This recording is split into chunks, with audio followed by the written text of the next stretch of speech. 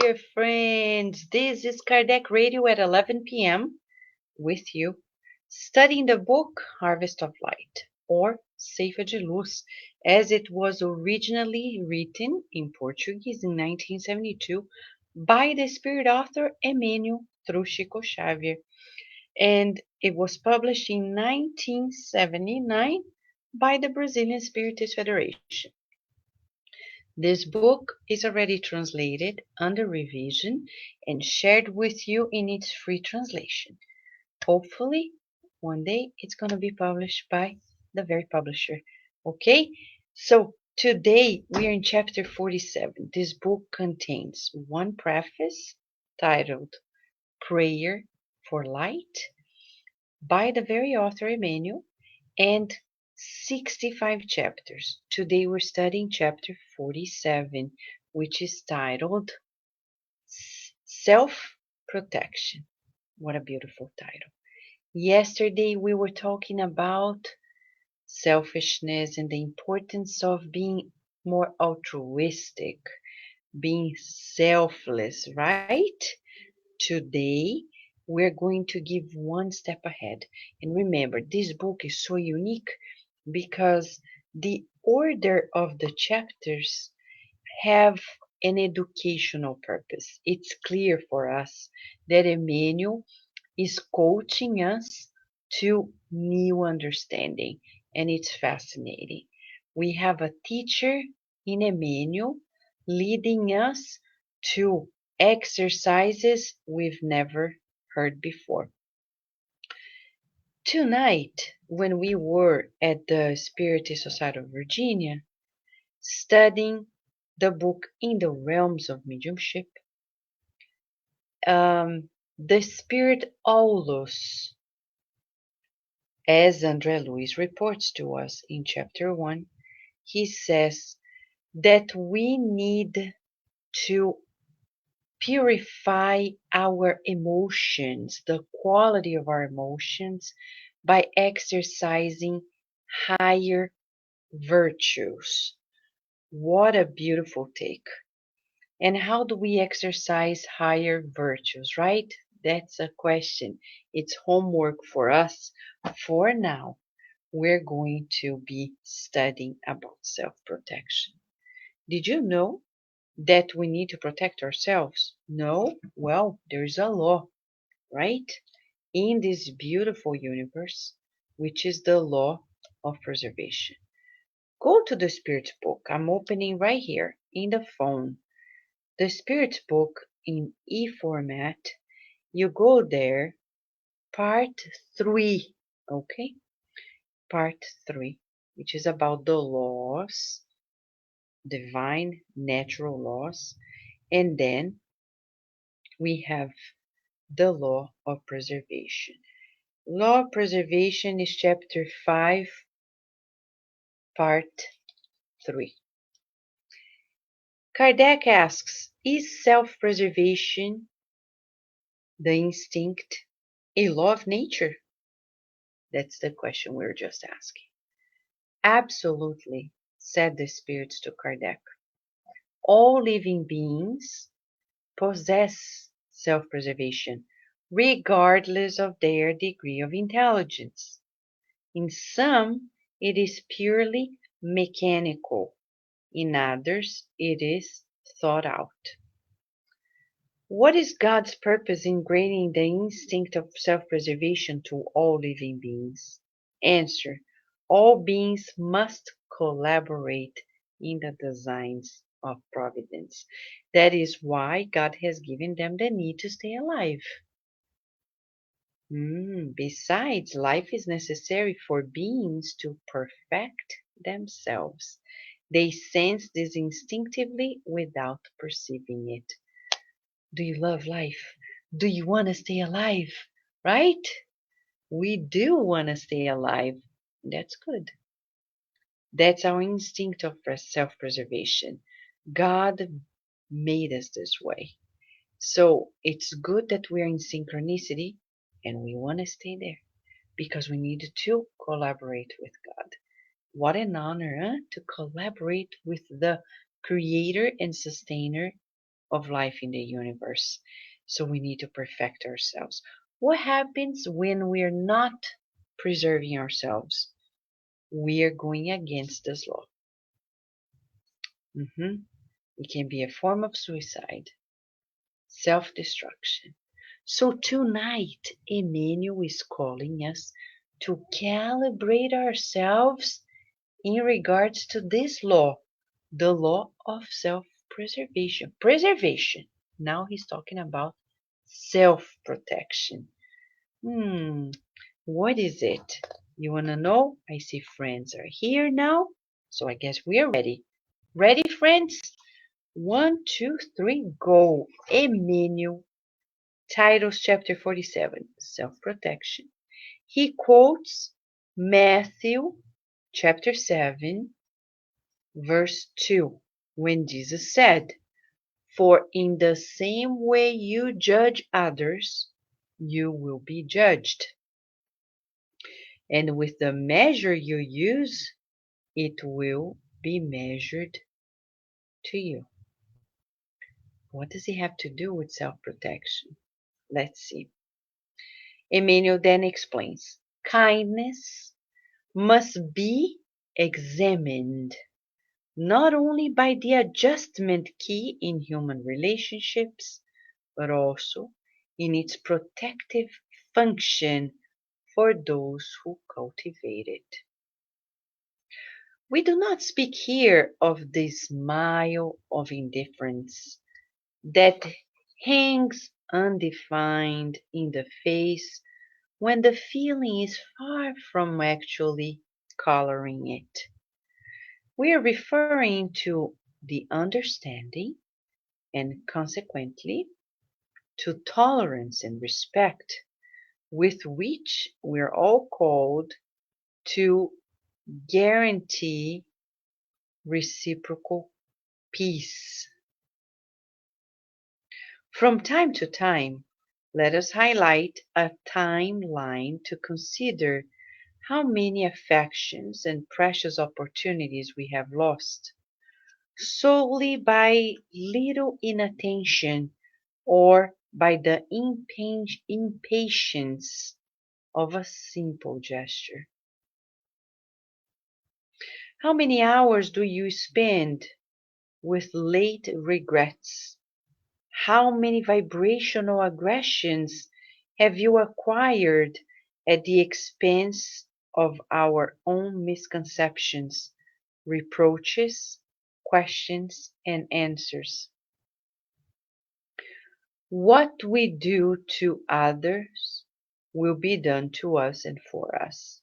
Let us reflect on the themes of self-protection. In order to nourish or warm us, in order to nourish or warm us. Others do not feed and do not take shelter in our place. And as much as they love us, no one can substitute us for the medication that we are in need. In matters of the soul, likewise, the reflections of goodness and the responses of sympathy will be planted by us if we aspire the peace in us. What a lesson. Is it surprising? I think it is.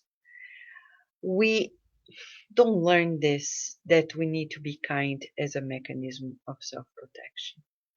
Emmanuel is explaining to us the dynamics of life. Do you remember André Luiz in the book No Solar, when he said he got to know that he was considered a kind of a suicidal spirit through indirect suicide? And he was like, I was not, I didn't commit suicide. And then the spirit started explaining to him about the eating habits, the social drinking, but also when he attracted, as Emmanuel says, vibrational aggressions because of his ways, his attitude in life. We bow our heads and say yes. That's a lesson we need to learn. Who teaches us this? Spiritism does. And he teaches us the mechanism. Being kind, he's saying, not faking kindness, but kindness that is founded in understanding. So first, let's go back. He titles it self-protection. And then he quotes from Jesus as written in Matthew chapter 7, verse 2. And he's talking about judging, criticism. And here we are. And then we suffer. Immediately after, he uses one word, kindness. Nowadays, the world is being invited more clearly to kindness. Since when? Since Jesus. He is the kind master. He's kind. Time and again in the book Good News, we hear about it. Humberto de Campos, in several instances, talks about his kindness, which is unprecedented in history and misunderstood. But what is to be kind? Emmanuel explains.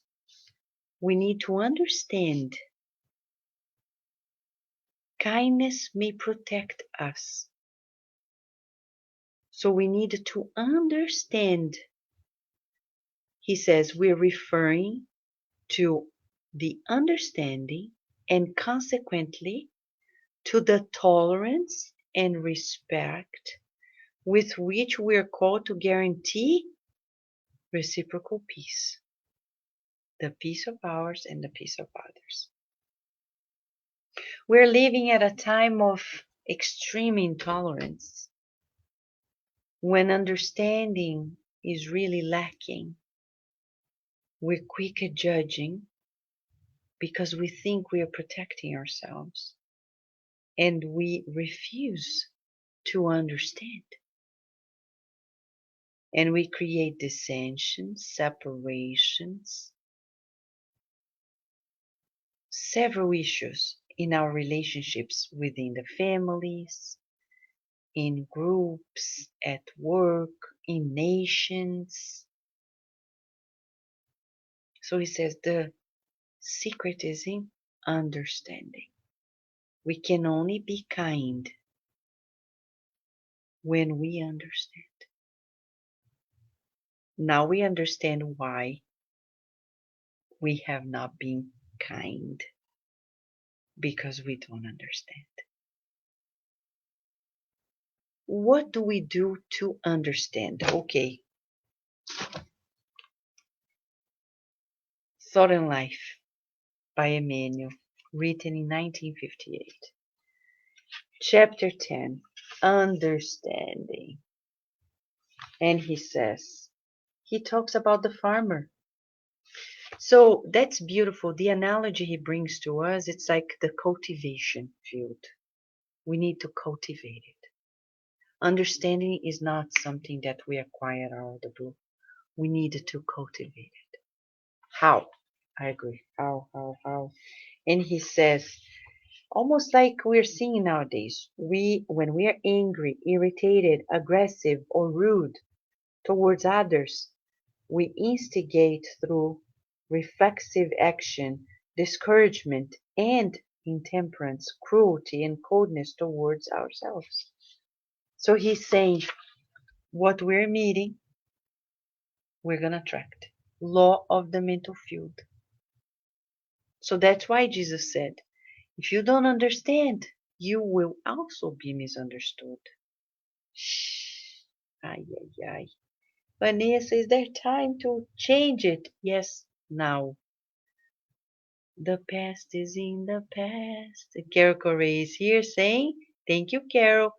Effort, repetition. So what do we do to understand? He says, on the other hand, whenever we are generous and understanding, being of service and useful to those around us, we create happiness, tranquility, security, and cheerfulness that work in our favor. Life answers us through every individual and everything according to the nature of our call. So, all of us receive inspiration for the future from our celestial Father, and all of us suffer the repercussions of the past upon our lives. So he's saying right now, you and I are receiving the inspiration from God. Here lies the power in the present to understand. And the shackles of the past, he says the magical sentence, to undo the handcuffs of evil, the things that we have created, we must seek the good, feel the good, visualize the good, mold the good with all the resources we have at hand.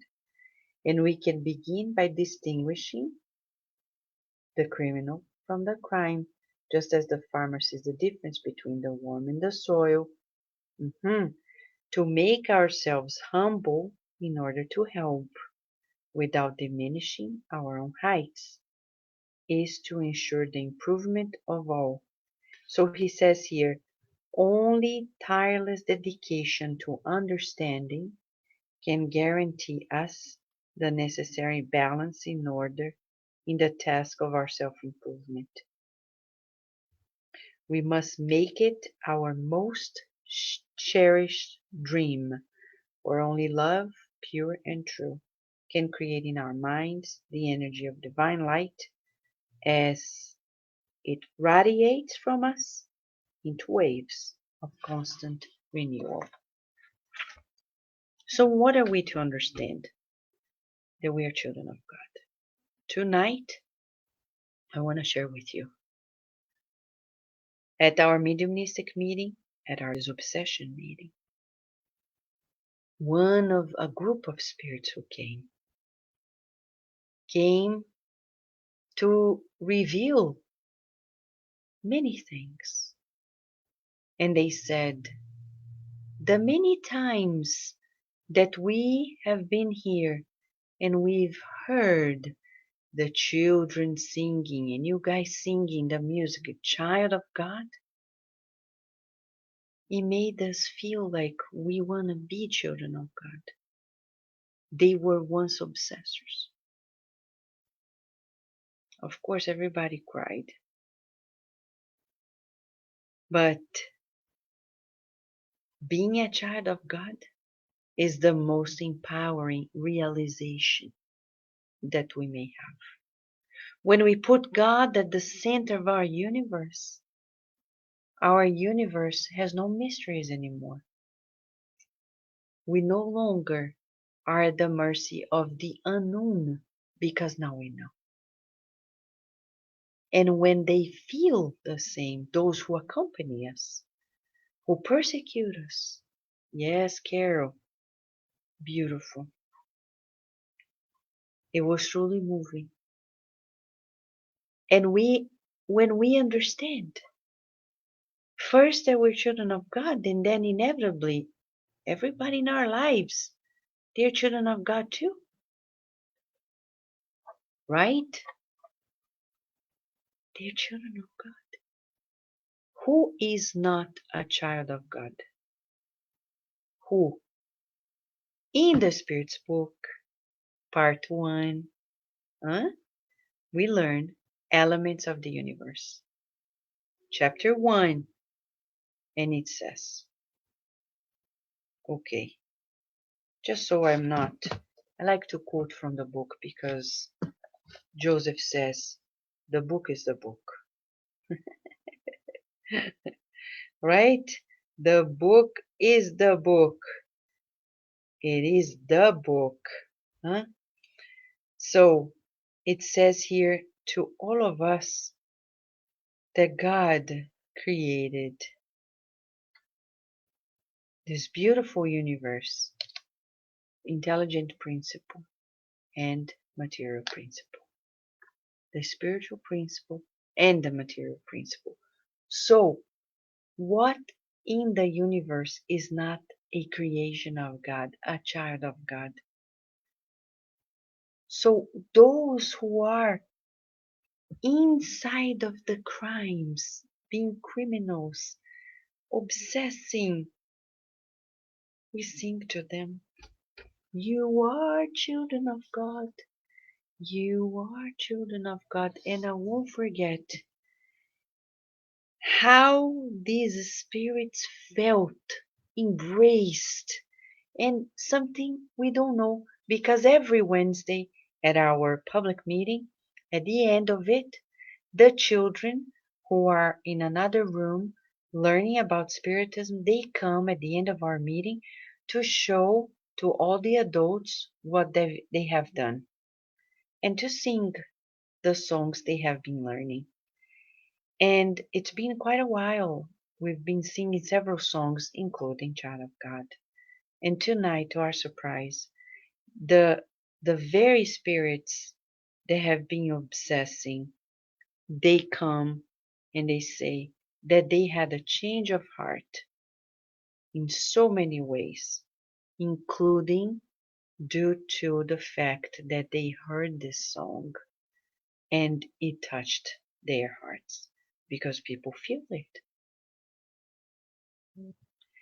The most important command. So, through understanding that we're children of God, we become more tolerant and respectful.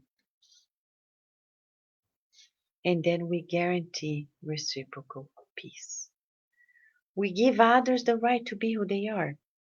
And then we are less demanding, and people will be less demanding. Now, how many hours before that, he says, let us highlight a timeline.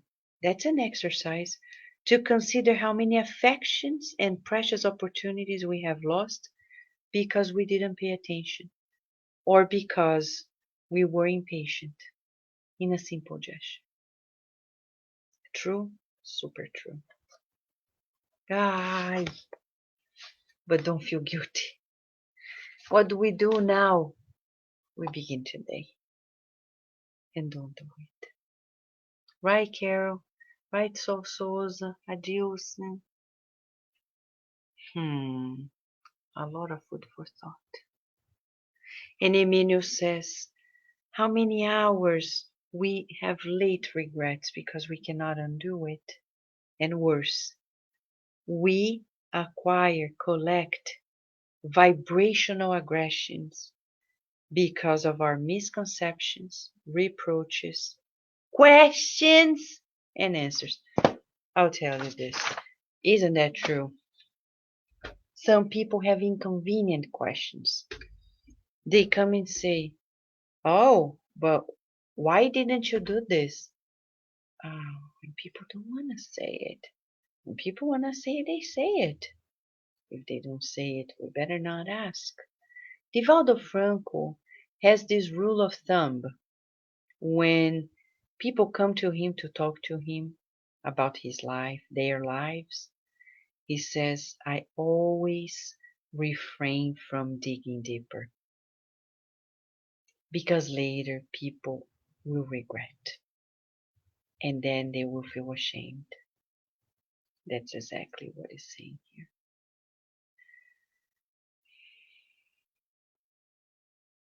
We're not investigators. When people come to the Spiritist Center and they want to be counseled, we don't want to be an investigator, a detective of their lives. We need to respect the boundaries. That's why sometimes people come to me and say, who is that person? X. What do they do? I don't know. Why they are here? Well, they have their reason. But we don't ask. We're not investigating, we're not the detectives. Unless there is a scenario that pertains to the collectivity and the safety of all. Otherwise, we don't go there. Right? Lívia Moraes is saying, inconvenient questions are so common here. I agree. We need to learn the consequences. Now we are learning as if in a diagram about vibrational aggressions that happen because we say something that was not happy, and then people start sending what Andrea Luiz calls mental darts. It's in the book Mechanisms of Mediumship. Mental darts. They start emitting those mental darts. And we feel it. Andrea Luiz developed a whole disease, as he says in the book No Solar, due to that. The vibrational aggressions, and usually they come and destroy our defenses. We didn't know, right? Now we know. Thank you, Emmanuel. He's revealing to us mechanisms of self-protection. Is he telling you to lie? No. Is he telling us to be fake and pretend? No. He's just saying, speak with wisdom, act with wisdom. Yes, yes, as Jesus said, no, no. But we're not going to go beyond it. Yes, Jesus was crucified.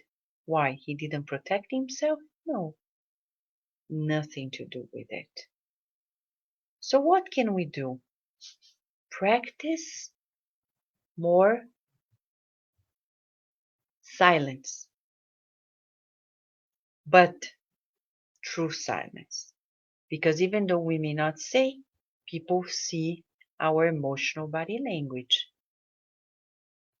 So it's important that we truly dig deeper. Because, for example, if you're supposed to defend somebody at the right time and you didn't, those who feel you lacked the action will send to you this vibrational aggression, like, oh, he didn't defend me.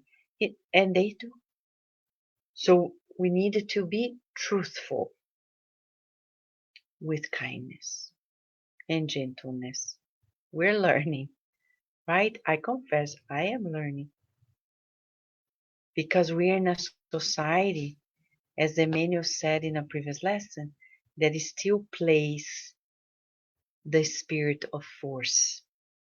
Majority of people believe in the spirit of force, aggression, violence, domination, instead of the force of the spirit.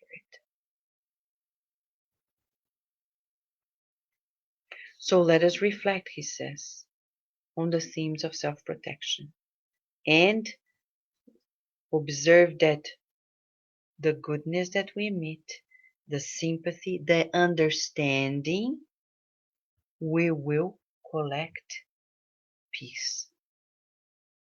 What a message, especially at this time when people are talking about elections in so many countries, when people are so discordant.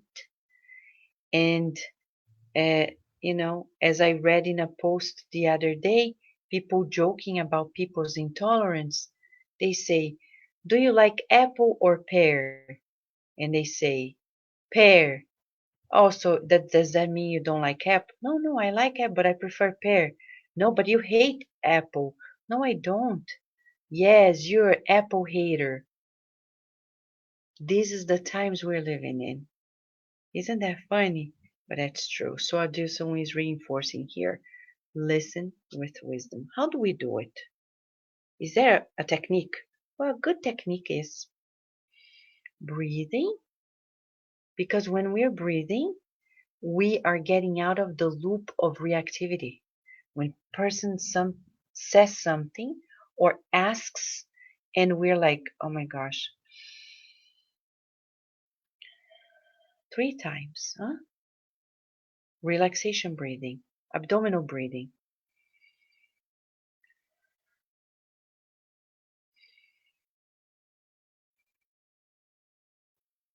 Then I think. Use the prefrontal cortex. Reason. Reason it. Should I say something? Because if we react, usually it's not going to go right. Listen, ponder, wait. As if you're seeing a stop sign. Wait. Let the person talk. They stopped. Sometimes it's just a pause, not necessarily they stop. Wait. Think with kindness. We can only be kind in actions if we think with kindness. Visualize. Seek kindness. Feel it. Visualize it. Mold it. Sculpt it. Right? Dulce is saying, in order to change, demands great effort and courage to change. Although when I understand that I make great errors in the past, I focus on my present because it was what matters. My changes for better myself today better than yesterday. It's greater to be loved than the way you are. Exactly. So it takes effort. You're right, Dulce. It takes effort, focus in the present, kindness towards ourselves. We cannot be kind to others if we're not kind to ourselves. So what is the exercise? You want to do an exercise? I do too. He says, let us practice understanding, kindness, goodness, sympathy. So what we're giving to others, but first to ourselves. How kind are you with yourself? Yes, we cannot be kind to others if we're not kind to ourselves. How kind are you? Are you tough with you? Yeah? No, it's not gonna work. Easy. And then we start taking easy with people. We don't need to argue. We don't need to dispute. Yes, there are times we need to say yes, yes, normal.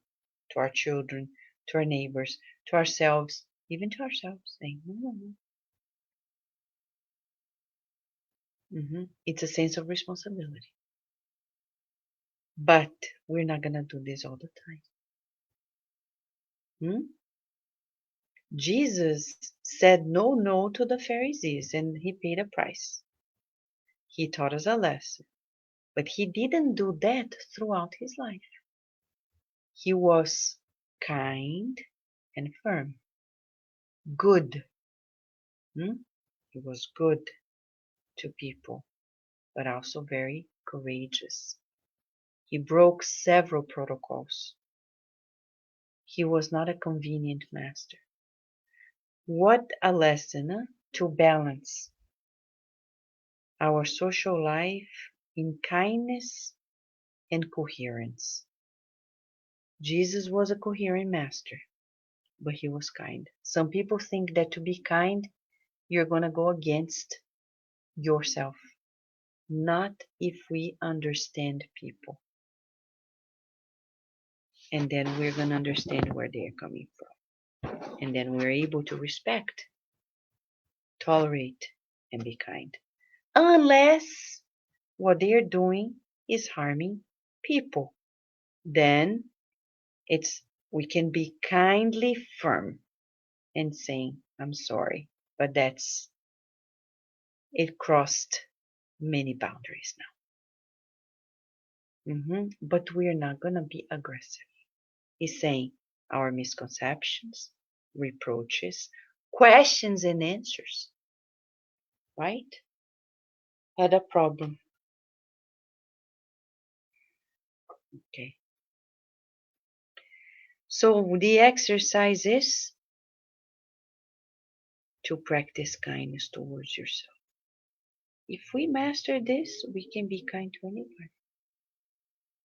Usually, we're not kind. We're tough with ourselves. If we are able to practice that self-kindness, we're going to be able to practice with others. because we'll understand ourselves, we'll be able to understand others. Rudy is saying we can protect ourselves with emotional empowerment online course. I agree with you.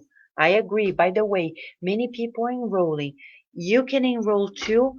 That's a course that is on neuroscience and psychology to empower ourselves on October 6th. And you can register. Just go to cardiacradio.com. You see the flyer, click, and then you can do your registration and join us. Okay? October 6th. It's a course based on registration. It's going to be a fundraiser for Cardiac Radio to support its many projects, okay? Several people have already registered. We still have opportunities to offer for many more people, and you're invited to join. Why not? Emmanuel said we cannot withhold the knowledge to ourselves. We need to share. So we're going to share the good news with you. Rihanna is saying, correct lovingly. What a beautiful expression, Rihanna. Correct lovingly. Wow. Loving discipline, right? You're so right about being kind to ourselves so we can be kind to others, said Dulce. So let's go with the wisdom of the Christ. He said, love others as we love ourselves. So let's begin here. In the next 24 hours, 3 actions, conscious actions of kindness towards ourselves. Okay? Shall we practice it? In the next 24 hours, we're going to practice 3 actions of kindness towards ourselves. And naturally, you feel like opening up and doing the same towards others, right? So, Sol Souza, go to cardiacradio.com and there is a flyer there, empowerment, emotional empowerment course. Click on it and you get to know the information. Register, it's very easy, and join it, okay? All right. And of course, Sylvia, as soon as we know of more, I will let you know. Okay? Carol, thank you for joining us as well. I see wonderful friends here. Rudy, so Alexandra, John da Rose, Andrea Torres, Tereza Castro, Aline da Silva, Karina Alice. I know I need to talk to you, Karina, and many more friends. Silvio Tero, friends. The next 24 hours, self-protection. Who knew it? We don't want to argue and be in this um, disagreements with people, right? What are we going to do in a day when we come back? God willing, we'll be back for chapter 48. And Emmanuel is going to go deeper. It's one of the most intriguing chapters of all. It's called spiritual immunization. Have you heard of this? We talk about vaccinations. Now Emmanuel is going to talk about spiritual immunization. Did you take your spiritual vaccine? Vanessa, what is this? Oh, so I'm going to give you a teaser. Spiritual immunization.